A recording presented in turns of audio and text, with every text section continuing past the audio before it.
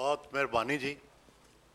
मैं अज चंद गुजारिशात पेश करना चाहना कि जिहड़ी बयानिया की गल कर रहे हैं, मैं अज तारीख के हवाले नाल कहना चाहना कि ये गल बिल्कुल गलत है कि पाकिस्तान सिर्फ और सिर्फ पंजाबियों ने बनाया है। ये कोई यूपी ने किसी ने नहीं बनाया।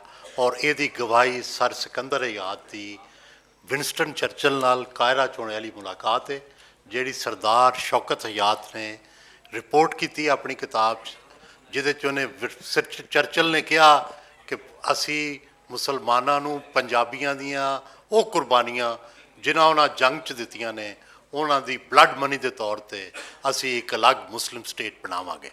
चुनाचे पाकिस्तान सरासर जिहड़ा पंजाबियां ने जिहड़ियां दुनिया भर च अपनियां जानां कुर्बान कीतियां उहदे बदले च पाकिस्तान बनिया।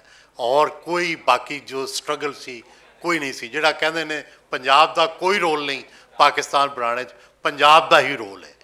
और दूसरा कहा जाता है कि जी पंजाब ने कभी जंगां नहीं लड़ियां। मैं कहना जी माजी नूं छड्ड दिओ। माजी के बारे तो 100 गल्लां हो सकदियां ने, तारीख लिखी गई नहीं लिखी गई, सिकंदर ने पोरस नूं हराया या पोरस ने सिकंदर नूं हराया, या उस तो बाद महमूद गजनवी नूं कितनी बारी मुश्किलात होईयां पंजाब तो गुजरने ते सिंध विच की लड़ाइयां होईयां, उन्होंने छड्ड भी दिओ।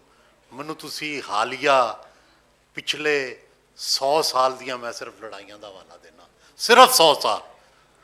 पहली जंग अजीम, दूसरी जंग अजीम, पाक अफगान 4 वार्स, क्या इन्हां दे विच क्या पंजाबी लड़े ने या कोई बलोची या कोई होर आके लड़े ने? पंजाबी लड़े ने। यानी झूठ की कोई हद होंदी है कि अगर अज दे जदीद दौर दे विच तमाम लड़ाइयां तमाम जिहड़ियां पाकिस्तान दे उत्ते हिंदुस्तान दे उत्ते इवन फ्रांस च लड़ाइयां लड़ियां, इवन जाके गल्फ च लड़ाइयां लड़ियां, इवन साढ़े बेल्जियम च भी कब्रस्तान ने पंजाबी सिपाहियां दे, उन्होंने खतूत ने, वो खतूत छप चुके हैं जिहदे च उन्होंने जिहड़े पंजाबी सिपाही गए सन। तो ये बिल्कुल झूठी कहानी है। पंजाब ही सब तो इस खिते का दलेर है और पंजाब ही इस खिते। मैं थोड़ा जिहा होर अगर माजी च मैं जावां, पहले तो मैं हाल का हवाला दिता है कि अज कौन सब तो बहादुर है, और मैं कोई अपोलोजैटिक नहीं इस बारे च। पंजाब ही इस मुल्क का हुक्मरान है और पंजाब नहीं इस मुल्क का हुक्मरान रहना है उदों तक जदों पंजाब सब तो दलेर है, जदों पंजाब सब तो अमीर है, जदों तक पंजाब सब तो अकलमंद है। मैं गुजारिश करना चाहना कि पोरस ते सिकंदर दी ओल्डेस्ट जंग है जिहड़ी तारीख दे विच मिलदी है कबल मसीह। यूनानी राइटर्स ते इंडिया दे तो उस वक्त कोई राइटर ही नहीं सी। जिहड़े तमाम जिहड़ी तारीख लिखने वाले सन वो सिकंदर दे नाल आए सन। सिकंदर दी फौज, सिकंदर दी फौज दे मसलन वो तमाम जिहड़े वाकयात ने, अगर तुसीं उन्हां नूं पढ़ो, बाद विच पैरिस दे विच एक ड्रामा भी उहदे ते लिखिया गया जिहदे च पोरस नूं शिकस्त खुर्दा और पोरस नूं फाते ते सिकंदर नूं जिहड़े है वो शिकस्त खुर्दा करार दिता गया।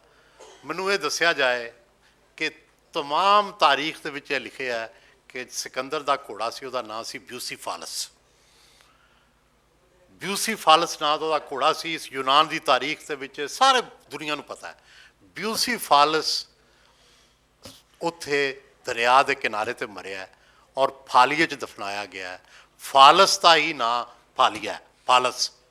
और वो माउंट भी रहा है जिस वक्त डिस्ट्रिक्ट गजटियर ने उन्होंने विचों लिखे है माउंट ऑफ ब्यूसीफालस। वो घोड़ा उत्थे दफनाया गया सी। मैनूं ये दसो कि घोड़ा क्या अपने आप ही मर गया सी?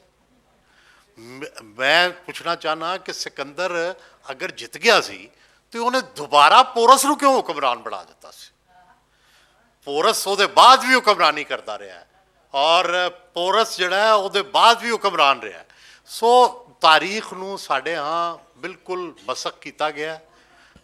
महमूद गजनवी दियां जंगां पढ़ लो, जिहड़ी आखिरी 1026 च उहदी जंग हुई है, ਜਦੋਂ ਕਿ ਉਹ ਸੋਮਨਾਥ ਨੂੰ ਲੁੱਟ ਕੇ ਆ ਰਿਹਾ ਸੀ ਔਰ ਉੱਥੇ ਦਾ ਸੋਨਾ ਸੀ ਉਹਦੇ ਕੋਲ, ਦਰਿਆਏ ਸਿੰਧ 'ਤੇ ਹਮਲਾ ਜੋ ਹੈ ਉਹ ਕੀਤਾ ਜਾਟਸ, ਔਰ ਉਹ ਉਸ ਫਤੂਲ ਬਲਦਾਨ 'ਚ ਵੀ ਲਿਖਿਆ, ਚੱਚਨਾਮੇ 'ਚ ਵੀ ਉਹਦਾ ਜ਼ਿਕਰ ਹੈ ਕਿ ਉੱਥੇ ਲੜਾਈ ਹੋਈ ਕਸ਼ਤੀਆਂ ਨਾਲ। ਫਿਰ ਮਹਿਮੂਦ ਗਜ਼ਨਵੀ ਨੇ ਆ ਕੇ ਮੁਲਤਾਨ 'ਚ ਕਿਆਮ ਕੀਤਾ, ਉੱਥੋਂ ਦੁਬਾਰਾ ਕਸ਼ਤੀਆਂ ਬਣਵਾਈਆਂ, ਫਿਰ ਹਮਲਾ ਹੋਇਆ ਜਿਸ ਦੇ ਫਿਰ ਜੱਟਾਂ ਨੂੰ ਸ਼ਿਕਸਤ ਹੋਈ ਔਰ ਬਕੌਲ ਚੱਚਨਾਮਾ ਦੇ 1 ਲੱਖ ਜੱਟ ਜਿਹੜਾ ਹੈ ਉਹ ਤਹਿ ਤੇਕ ਕੀਤਾ ਗਿਆ।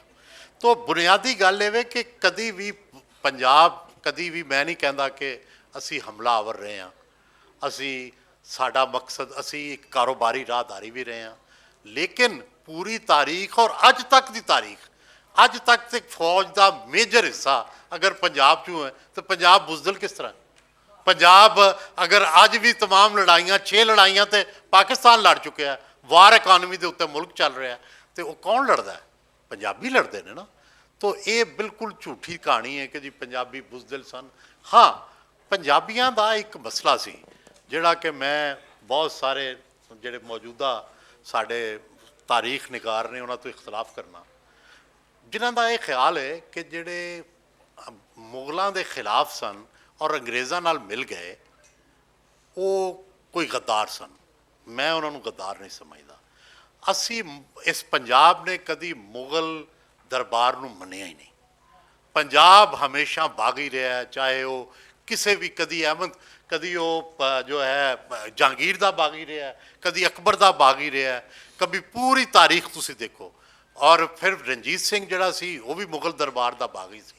ਇਸ ਲਈ ਅੰਗਰੇਜ਼ਾਂ ਨਾਲ ਮਿਲਣਾ ਕੋਈ ਸਾਜ਼ਿਸ਼ ਨਹੀਂ ਸੀ, ਕੋਈ ਗੱਦਾਰੀ ਨਹੀਂ ਸੀ। ਅਸੀਂ ਆਲਰੇਡੀ ਸਿੱਖਾਂ ਤੋਂ ਵੀ ਤੰਗ ਸਾਂ ਔਰ ਅਸੀਂ ਮੁਗਲਾਂ ਤੋਂ ਵੀ ਤੰਗ ਸਾਂ, ਅਤੇ ਸਾਡੇ ਕੋਲ ਉਸ ਵਕਤ ਰਿਲੀਫ ਸੀ ਕਿ ਸਾਨੂੰ ਅੰਗਰੇਜ਼ਾਂ ਨੇ ਆ ਕੇ ਰਿਲੀਫ ਦਿੱਤਾ ਹੈ। ਇਹ ਅਸੀਂ ਪੰਜਾਬੀ ਗਲਤ ਜਿਹੜੀ ਇਹ ਕਹਾਣੀ ਪੜ੍ਹਾ ਰਹੇ ਹਾਂ। ਸਾਡੀ ਸਿੱਖਾਂ ਦੀ ਵੀ ਸਾਡੇ ਨਾਲ ਲੜਾਈ ਸੀ ਔਰ ਸਾਡੀ ਮੁਗਲਾਂ ਨਾਲ ਵੀ ਲੜਾਈ ਸੀ।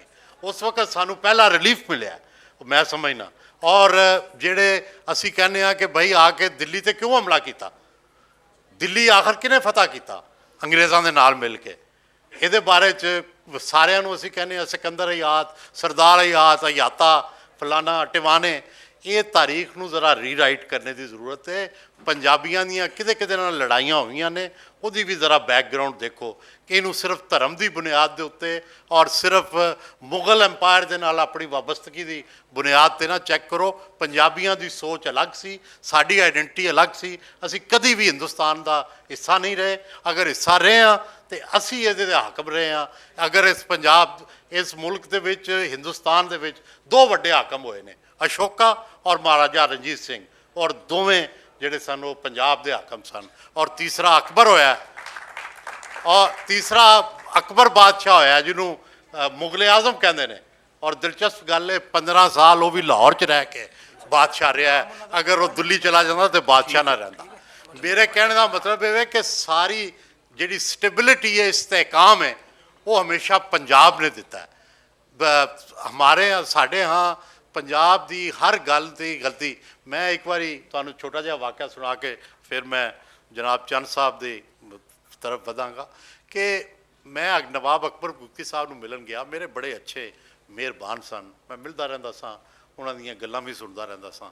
ਉਹ ਮੈਂ ਜਦੋਂ ਜਾਂਦਾ ਸਾਂ ਮੈਨੂੰ ਕਹਿੰਦੇ ਸਨ ਉਹ ਪੰਜਾਬੀ ਆ ਗਿਆ, ਅਤੇ ਫਿਰ ਗੱਪਸ਼ਪ ਵੀ ਹੁੰਦੀ ਸੀ। ਉਹ ਤਨਜ਼ ਵੀ ਕਰਦੇ ਸਨ, ਮੈਂ ਵੀ ਤਨਜ਼ ਦਾ ਜਵਾਬ ਦਿੰਦਾ ਸਾਂ। ਅਤੇ ਮੈਂ ਉਹਨਾਂ ਦੀ ਜਦੋਂ ਡੈਥ ਹੋਈ, ਲੜਾਈ ਹੋਈ, ਇਸ ਤੋਂ ਕੋਈ 2-3 ਮਹੀਨੇ ਪਹਿਲੇ ਗਿਆ। ਮੈਂ ਰਿਕਾਰਡਿੰਗ ਕਰਨੀ ਸੀ। ਮੇਰੇ ਨਾਲ 7-8 ਬੱਚੇ ਹੁੰਦੇ ਨੇ ਜਿਹੜੇ ਰਿਕਾਰਡਿੰਗ ਕਰਦੇ ਨੇ, ਕੋਈ ਕੈਮਰਾਮੈਨ ਵਗੈਰਾ, ਉਹ ਵੀ ਬੈਠੇ ਸਨ, ਖਾਣਾ ਖਾ ਰਹੇ ਸਨ। ਅਤੇ ਨਵਾਬ ਸਾਹਿਬ ਨੇ ਮੈਨੂੰ ਕਿਹਾ ਕਿ ਇਹ ਪੰਜਾਬੀ ਬੜੇ ਬਗੈਰਤ होते हैं। तो हंसदियाँ हंसदियाँ क्या तंजिया, मैं क्या ये जो गैरत नाम का जानवर है ना, ये कबायली इलाकों में होता है। ये जो महज़ब इलाके हैं वहाँ ये इस तरह के जानवर हमने काफ़ी अर्सा पहले दफन कर दिए हैं। मैं मजाकिया क्या। और उसके बाद उन्होंने कहा नहीं चलो इसको छोड़ो, तुम जो है बुज़दिल भी हो पंजाबी। मैं क्या जनाब जान की अमान पाऊँ। हुण पोजीशन ऐसी कि चौवां पासे उन्होंने गार्ड खड़े सन। मैं क्या जी जान की अमान पाऊँ तो मैं अर्ज़ करूँ कि कौमें कभी बुज़दिल होती हैं, कभी बहादुर होती हैं। इंग्लैंड इतना कमज़ोर था कि कभी फ्रांस वहाँ हुक्मरान रहा, कभी सेक्शंस यानी जर्मन हुक्मरान रहे, और फिर एक वक्त आया कि इंग्लैंड ने पूरी दुनिया पे हुक्मरानी की। इसी तरह कभी हमने पूरी दुनिया पे हुक्मरानी की रंजीत सिंह के ज़रिए, कभी अशोका के ज़रिए, कभी बाकियों के ज़रिए, कभी जो सेंट्रल एशिया के लोग थे वो हमारी तरफ भी आ गए। हमारे ब्लड ब्रदर्स थे, हमारी तो उनसे लड़ाई नहीं थी, हम भी सेंट्रल एशिया से आए थे, वो भी सेंट्रल एशिया से आए थे। हम मिल के जाके दिल्ली जाके कब्जा करते थे, तो आधा आधा बांट लेते थे, कुछ छीन भी लेते होंगे वो। तो नवाब साहब कहने लगे, लेकिन मैं ये कहना चाहता हूँ आपसे कि पंजाबियों का तारीख में रोल बहुत गंदा रहा है। तीसरी उन्होंने फिर हमला किया। मैंने कहा जी हाँ, हम पंजाबी जो हैं जब अंग्रेज़ आए तो कसीदे पढ़ लेते थे।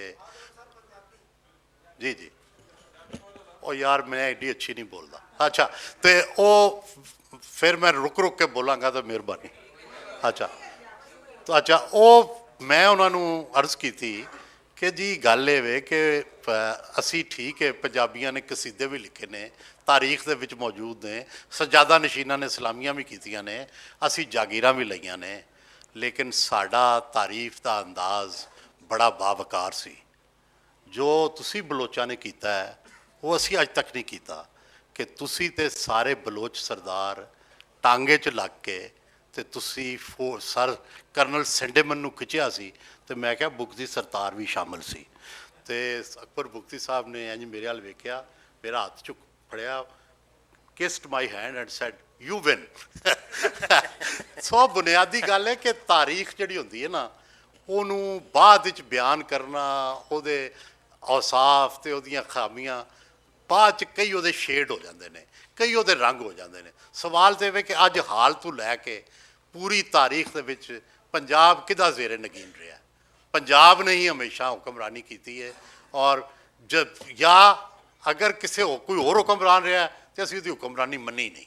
पूरी तारीख दे विच ये प्रिंसीपैलिटीज़ रही ने, ये आज़ाद रहा, ये ऑटोनोमस रहा, या ਇਹਦਾ हुक्मरान जिहड़ा उन्हें अफगानिस्तान भी हुक्मरानी की है, उन्हें पूरे पंजाब। और तुसी भावें इनू बुरा समझो अच्छा समझो, अज भी पंजाब ही इस खिते का हुक्मरान है।